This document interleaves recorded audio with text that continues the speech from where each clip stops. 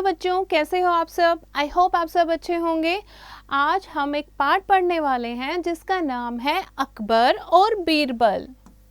तो बच्चों, इस कहानी का क्या उद्देश्य है। अकबर और बीरबल की इस कहानी में पहेली हल करके बुद्धि का प्रदर्शन किया गया है।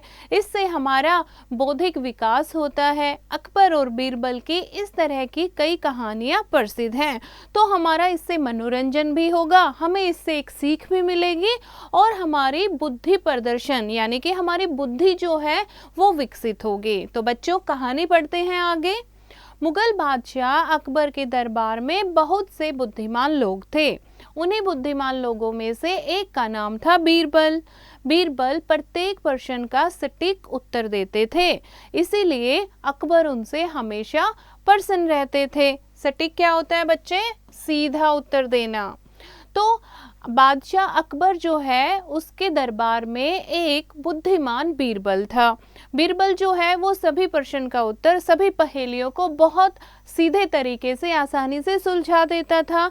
तो सब जो हैं, बादशाह अकबर भी उससे बहुत खुश रहते थे। एक दिन अकबर बीरबल की किसी बात से अप्रसन्न हो गए। उन्होंने बीरबल को अपनी राजधानी से बाहर जाने का हुक्म दे दिया।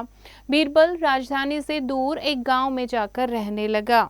अब बच्चों, एक दिन क्या होता है, बादशाह जो है वो बीरबल की किसी बात से अप्रसन्न यानी कि गुस्सा हो जाते हैं और उन्होंने बीरबल को कहा कि हमारी राजधानी से दूर चले जाओ। ठीक है, हुक्म दे दिया, मतलब आदेश दे दिया।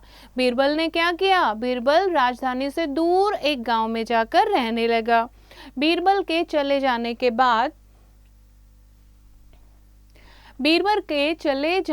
बाद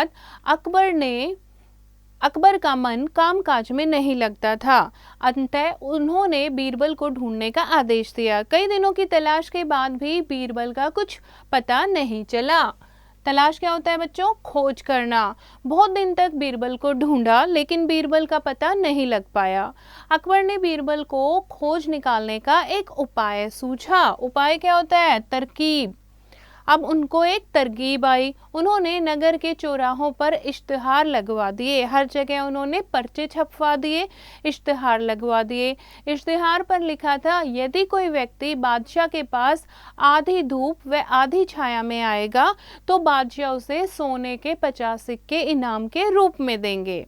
पूरे नगर के लोगों ने इन इश्तिहारों को पढ़ा। सभी लोग कोई न कोई तरकीब सोचने लगे, परंतु असफल रहे कि आधे धूप आधे छांव में हम बादशाह के पास कैसे जाएं। इस समाचार का पता एक गरीब किसान को चला। किसान ने जाकर यह सब बीरबल को बताया।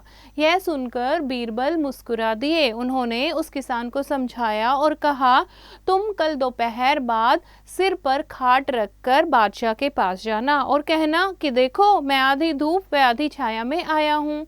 अब वो इश्तिहार जो है एक गरीब किसान पढ़ता है। गरीब किसान को पैसे चाहिए होते हैं, ठीक है, इनाम चाहिए होता है, तो वो बीरबल के पास जाता है।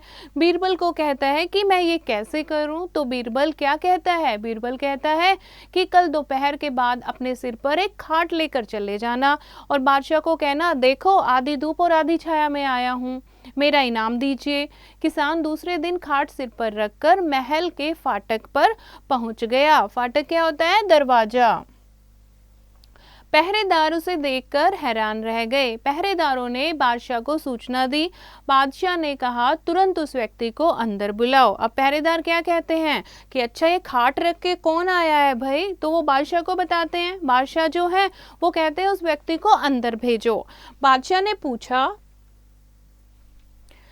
तुम ये खाट सिर पर रखकर क्यों लाए हो? किसान ने उत्तर दिया, हुजूर, आप ही ने तो कहा था कि जो कोई आदमी आधी धूप व आधी छाया में आपके पास आएगा आप उसे इनाम देंगे। अब आप ही देखिए, मैं आपके सामने आधी धूप व आधी छाया में हूँ। अकबर किसान से बहुत प्रसन्न हुए।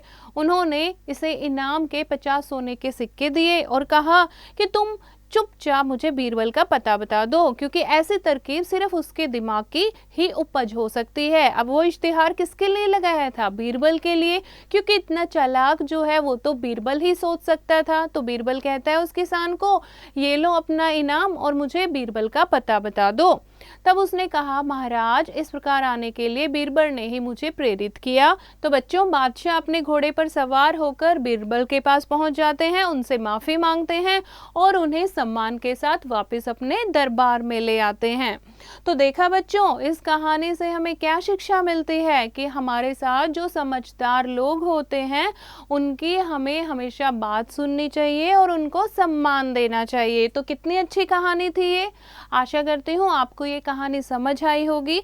एक बार आप इसको पुनः दोहराएंगे और अभ्यास जो है उसकी प्रैक्टिस आप स्वयं करेंगे।